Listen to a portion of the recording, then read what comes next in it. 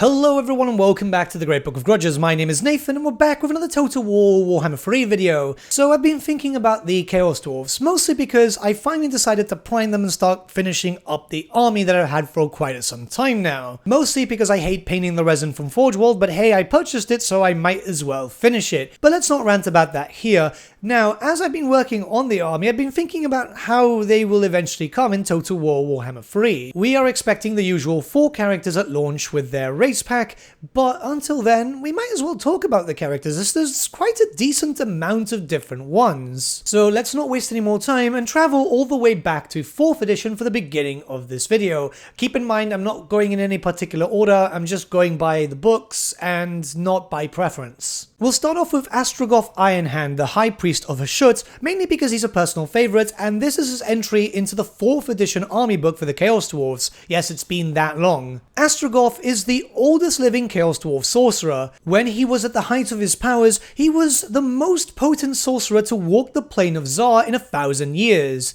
Now his powers have begun to wane. His body is slowly succumbing to petrification. A decade ago, he constructed a mechanical device by which he is transported from place to place. His legs have long ceased to work, and even his hands have now turned to stone. To an extent, these have been replaced by the machinery grafted to his body. This engine was constructed by his slaves to plans created by Astrogoth himself, and combines the undoubted skills of the Chaos Dwarf race with twisted dark science. Okay, so we already know that the character himself would be fairly unique looking because of the frame, and we know that he can't take any mount options on the tabletop, and it's likely that he won't have access to any mount options here, unless they give him a Chaos Dwarf train, which would be kinda cool. The best way to describe this character is a sorcerer melee hybrid, as we know he's a sorcerer lord, but he has the machine frame to increase his armor save, as we can see here, as a free up, which is actually pretty good. So he should be able to be upfront and personal without too much of an issue. Now in regards to special rules, keep in mind that this was back in 4th edition. He had increased movement, which actually made him move quite fast for a dwarf. Movement 6 was incredible. However, he would be by himself in most cases, as you want to keep him up in a rank. This could work to maybe support your army if you're going for a natural spread of all your forces to make sure that you get as much gunfire as possible. He could be moving around behind the ranks and casting spells to support. He would also have access to, well, the Law of Hashut, but we don't know how this is going to work just yet because there were 2 different iterations, so we're going to have to wait and see until Creative Assembly start to confirm that. And finally, he does have Death Blow, which makes him quite good at melee combat. I'm imagining that that would just translate to having Killing Blow or Heroic Killing Blow. Since the character is quite good with machines, I imagine that he's going to reduce upkeep of all the different machinery that is available, maybe in Lord's army, and a minor reduction for Orth armies. It could work out quite well. It would be kind of strong, but we're expecting the Chaos Dwarfs to be strong. Next, we'll talk about Zatan the Black, the commander of the Tower of Zar. Under the Dark Tower of Zar Nagarund, 1,000,000 evil souls labor to the glory of Hashut, the father of darkness. From 1,000 burning forges comes weapons of burnished iron and corselets of ruddy bronze. It is the greatest city in the world, and it is ruled by the most black-hearted lords of all, the Chaos Dwarf sorcerers. Acts of the most cruel and heartless nature are everyday occurrences in the lands of Zarduk. Thousands of slaves endure unimaginable agonies in the pits of Zar, mining out the poisonous wealth amidst choking fumes and impenetrable darkness. In the workshops of Zar Nagarund, untold slaves are worked to death in their chains so that their masters can enjoy a lifestyle of ease. The hobgoblin overseers in the Vale of Woe beat their pitiful charges so that their flesh hangs from their backs like bloodied rags. Even amongst such wanton cruelty, there is one whose deeds of brutality are remarkable, Zatan the Black, commander of the Tower of Zar.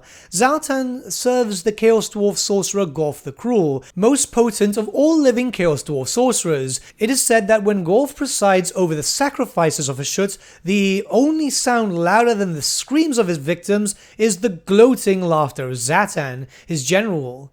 Zatan is kept busy by his master's insatiable demand for fresh slaves. The Chaos Dwarf has led many successful slaving expeditions to the west, crushing every orc army that has dared to stand up to him. All the goblin tribes between the plains of Zarduk and Mount Grinfang have bowed before his armies, sending of thousands of their kind in tribute to the lords of Zar Nagarund.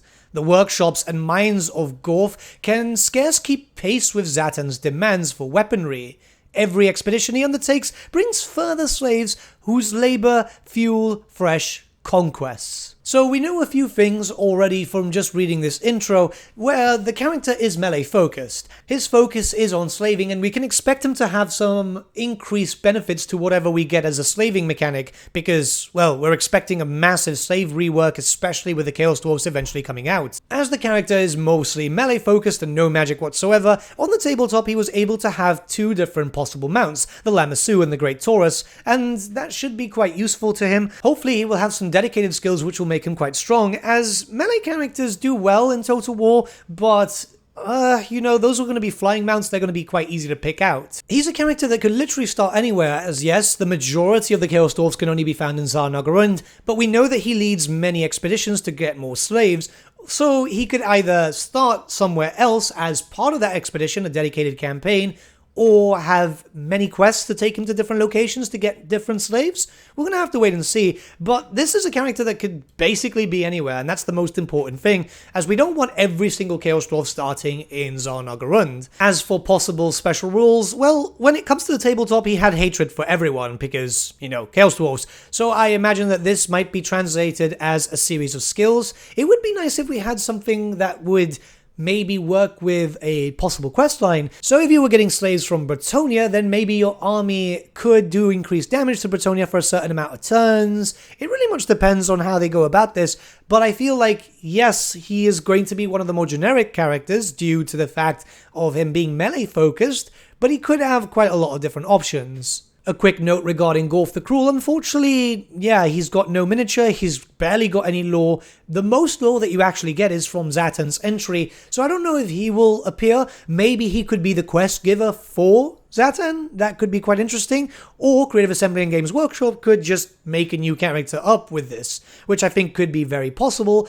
But it very much depends. We've seen it happen with multiple characters, so the possibility is always there, but there's a few other different characters. Next, we're going to go to a supplement, actually, the Nemesis Crown, where there's one Chaos Dwarf character known as Reichhoff the Unbreakable. So there's not a lot of lore, as you can see, but let's go in. Known for his toughness, Reichhoff is said to be among the most courageous of his kind. He has faced many a canny and powerful foe and always triumphed. In a race of stout-hearted and disciplined warriors, Reichhoff is viewed as a paragon of Chaos Dwarfen toughness, resolve, and cunning. So this is a character which is melee focused, as we can imagine. He wields a great weapon, and he's able to pretty much just be in close combat all the time. Now yes, he is a named hero, but it's very possible that he could be turned into a lord. It just kind of makes sense, especially if they just want to bring in a new character.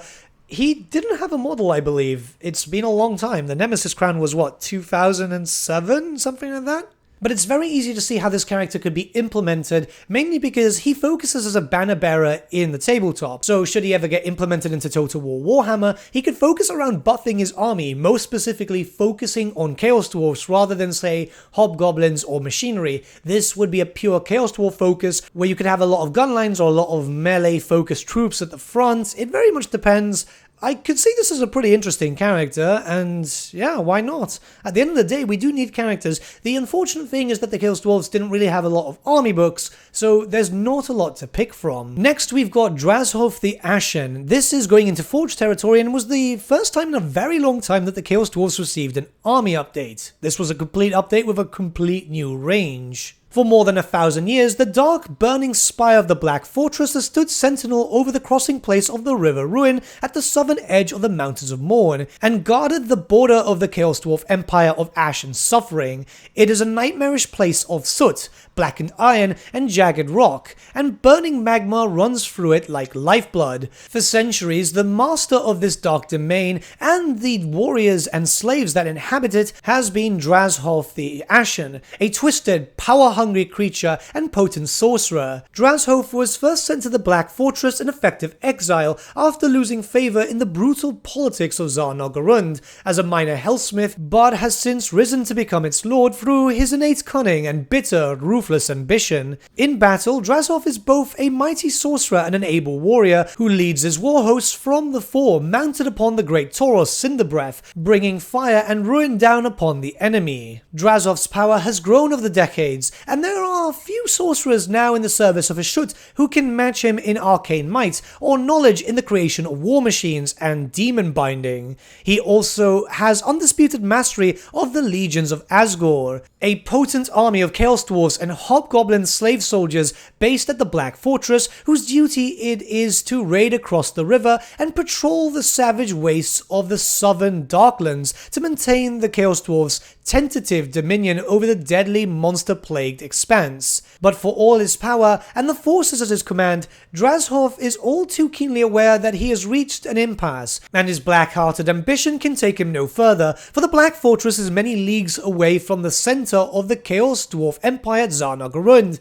and is ill-regarded. The voice of this Lord of Exiles carries little weight with the great conclave of a Schutt's priesthood, and in particular, none with Astrogoth Ironhand, the oldest and most powerful living sorcerer of Tsar Nalgarund, and the masters who sent Drazhoff into internal exile long ago. Astrogoth is ancient beyond measure, though, and at last his powers have begun to wane. He is kept mobile only by the sorcerous mechanisms of his own dark design, and so Drazhoff's dreams of a triumphant return to Tsar Nalgarund are slowly kindled in his spiteful breast. He needs, above all, great victory to seal his prominence for when Astrogoth finally falls, and a great flow of fresh captives and plunder into the coffers of the Chaos Dwarf Empire would go far to expand his influence beyond his own blighted domain. This, however, is not proving to be such an easy ambition for him to achieve, thanks to the enemies which continually beset the Black Fortress, which are, after all, its reason for existing, and he has been left wanting. So we're not going to go off the other bit of lore because it kind of fits with the whole Tamukon thing, and I imagine that he's going to come with a DLC, not with Tamukon, but we can already see, we know where his start position is. Also keep in mind that, you know, the voice lines were already kind of leaked already, so yeah, we know that the Legions of Asgore are a thing, and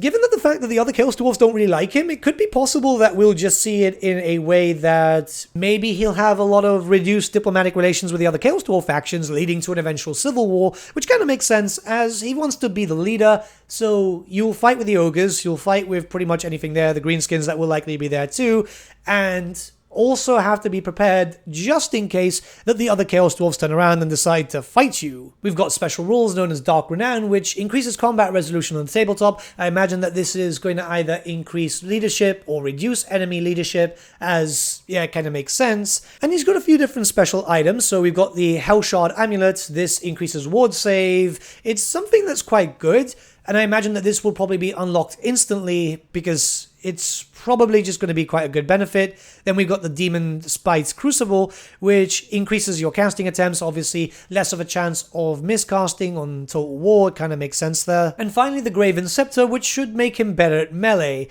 I don't know how that's going to work, considering that you're going to want him to be back unless they make him really melee potent. A lot of the Chaos Dwarves should be both melee and spellcaster competent.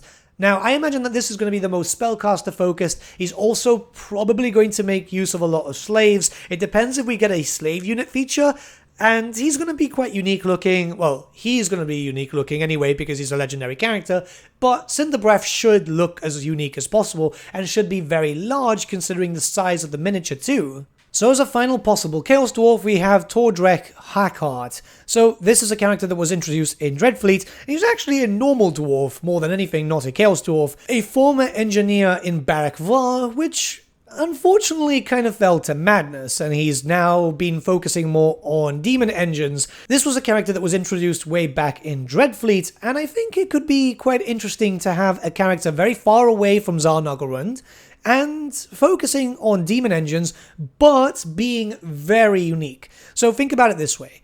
The character is more or less an automaton at the moment, so he will look very unique anyway, but also having access to the Vampire Count's pseudo-horde mechanic, making him very special when comparing him to all the different types of Chaos Dwarfs, he could possibly start in, say, the Sea of Chaos or anywhere else, being focused on a very mobile Chaos Dwarf, very radically different to all the others, as you could then decide where to settle, you could decide where to build, and you, the player, could decide where your empire could be built, because that'd be kind of awesome. I don't know, it sounds like it could be very interesting, mainly because, well, he does have a rival, you know, there's the whole issue with Red Brock, and he does have his own ship as the Black Kraken, so I don't know, I don't think that him starting Zarnagarun would make any sense. The idea is, and let's be honest, that having too much stuff starting in Zarnagarun would be incredibly boring.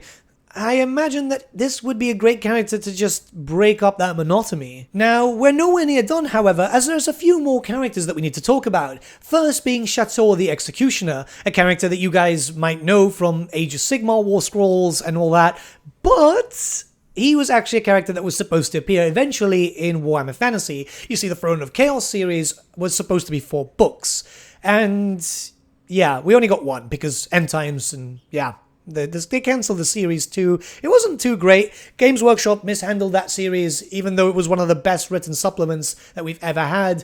But, you know, Games Workshop is being Games Workshop. So Chateau the Executioner is a Bull Centaur. He's not a Chaos Dwarf, well, he is in a sense, but he's its own thing. He's got a great looking miniature, and he has some interesting lore. Chateau the Executioner is a malevolent warrior priest of the minor chaos god Hashut. This trampling Bull Centaur carries the terrifying Dark Tide Axe, a cruel weapon steeped in untold years of slaughter upon which burn vile runes of hatred and malice. Chateau serves as the Lord of Bahal, and those Bull Centaur warriors of the legions of Asgore eagerly await Chateau's order to attack the foe. Chateau also wears Hashut's sacred mask of the Executioner, marking him as his dark god's favored Bahal headsman, empowered to call out his god's name with such malign force that the sound alone is enough to kill the weak of heart, just as it fills those loyal to Hashut with unholy wrath.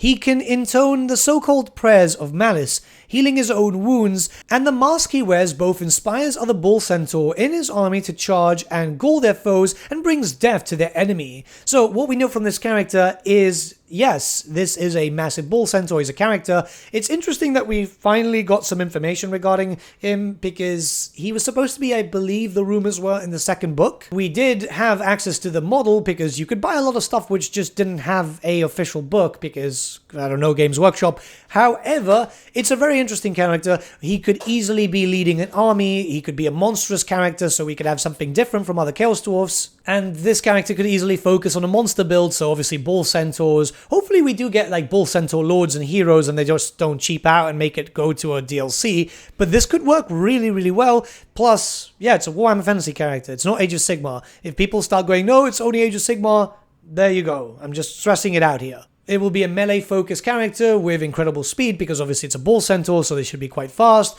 They should be able to do a lot of damage. This would be your fast Chaos Dwarf army. I don't know how it would work with other things, because even with like slave goblins and Chaos Dwarfs, it wouldn't work too well, it depends. But the idea of a full 20 stack of just Bull Centaurs, I don't know, it just sounds awesome. Mainly because they're just expensive miniatures, so I couldn't really get that many of them on the tabletop too. Now, finally, as an FLC, because FLCs do accompany DLCs, well, maybe the Hobgoblin Khan. It could be rather interesting, as, well, you know, it would just be nice to have a Hobgoblin faction, especially since we're going to get a lot of Hobgoblin units in the Chaos Dwarf army, given the fact that we have a lot of Hobgoblins in the 4th edition army book, and obviously in the Tamukan expansion. The Hobgoblin Khan is not a person, but rather a title that the reigning Hobgoblin owns, so why not go for one from the official Chaos Dwarf army book? This is Gorda's Backstabber. A very small character, but with a decent amount of lore. All fame is fleeting, and all glory ultimately fades away. The renown of Hobgoblin chieftains tends to fade more quickly than most, usually with the help of a dagger, poison, or nasty accident. Gorda's Backstabber has outlived most of the other tribal leaders thanks to a naturally distrustful disposition and lashings of low cunning. He has also been lucky, as the hardened scar tissue that crisscrosses his massive bony shoulder hump testifies. So yeah, there's not a lot. He's a melee character. He doesn't really have art or anything. I believe he just used a generic model back in the day, but he rides on a giant wolf. We know that he carries a axe, a shield, and some light armor, and he has some special rules, which you can see here is fated, lucky, sneaky, and it makes him more durable. I think that that's probably a cool character, and it'll be a way to just introduce a character as the reigning Hobgoblin Khan at the very moment. We know he's strong, we know that he's a bit different to the others, and he does last a lot longer. It's just the way to introduce a character. There's not really that much that they can do, mainly because if you go through all the lore, there's some fighting in the old world, there's some fighting as mercenaries.